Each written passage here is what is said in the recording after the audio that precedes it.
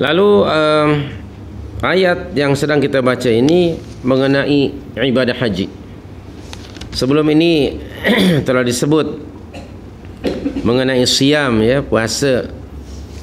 Telah disebut pada ayat sebelum ini. Juga disebut tentang hukum Ashhurul Haram, bulan-bulan haram. Disebut juga mengenai Masjidil Haram. Disebut juga pada ayat sebelum ini al-qital, berperang di dalam Masjidil Haram. Dan di sini mulai ayat 196 Allah akan menjelaskan kepada kita ahkamul hajj, hukum hakam yang bersangkutan dengan ibadah haji.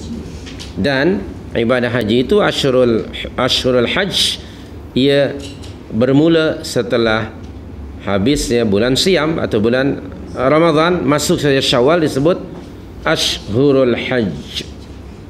Nanti kita akan baca dalam ayat 197 Al-Hajju Ashhurun Ma'lumat. Maka Allah menjelaskan di sini tentang ibadah haji. Perhatikan kalimat atimmu, dan sempurnakanlah oleh kamu. Ini mengisyaratkan bahawa ibadah haji telah diketahui, ma'ruf di kalangan orang Arab jahiliyah. Ini kerana ibadah haji itu dimulakan oleh Nabi Allah Ibrahim alaihissalam dan anaknya Ismail alaihissalam. Bermulanya di situ,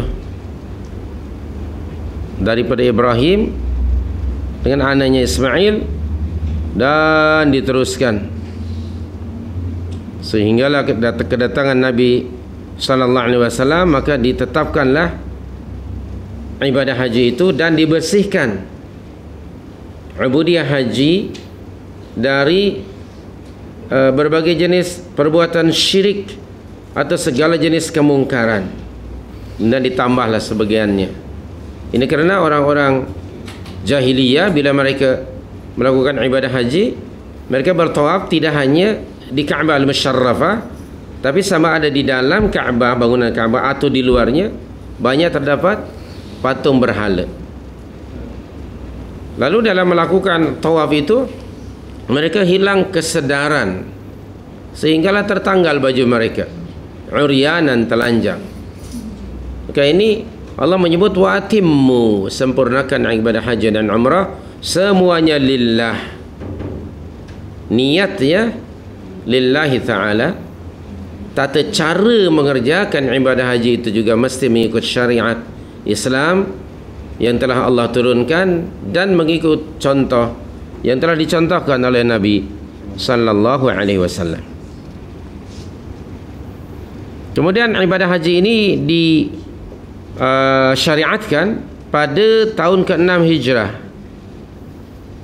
Allah telah memfardukan ibadah haji kepada orang-orang muslimin pada tahun ke-6 Hijriyah melalui firman Allah dalam surah Ali Imran 97. Ali Imran 97. Qauluhu ta'ala bismillahirrahmanirrahim. Walillahi 'alan nasi hajjul baiti man istata'a ilaihi sabila. Baris kedua tu, ya. Baris kedua di tengah-tengah. Walillahi 'alan nasi hajjul baiti man istata'a ilaihi sabila. Mengerjakan haji adalah kewajiban manusia terhadap Allah, yaitu bagi orang yang sanggup mengadakan perjalanan ke Baitullah. Inilah dia ayat yang menunjukkan kewajiban ibadah haji yang telah difardukan pada tahun ke-6 Hijriah. Dan bermulanya pelaksanaan ibadah haji itu pada tahun ke-9 Hijriah. Waktu itu yang mengerjakan haji dan imamnya ialah Abu Bakar As-Siddiq radhiyallahu anhu. Kemudian Nabi sallallahu alaihi wasallam melakukan ibadah haji tahun ke berapa? Tahun ke-10 Hijriah.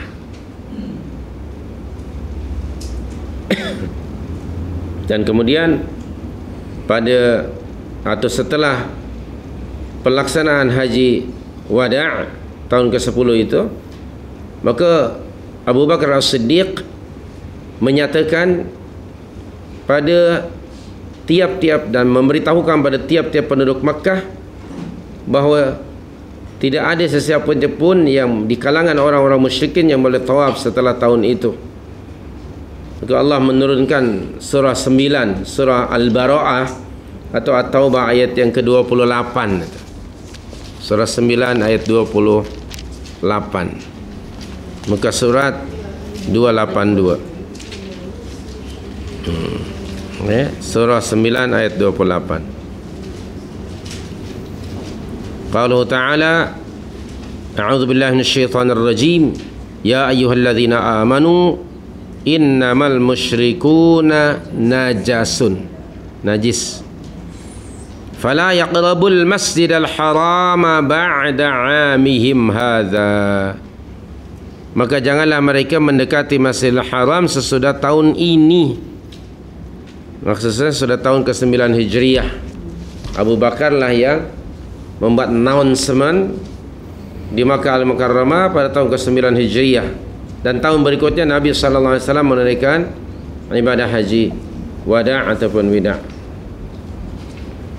Dan nahmadallah ta'ala sejak dari hari itu sehinggalah hari ini tiap-tiap muslim pada dirinya ada syauq ataupun rindu dan keinginan yang besar untuk dapat menunaikan ibadah haji ke Baitullahil Haram.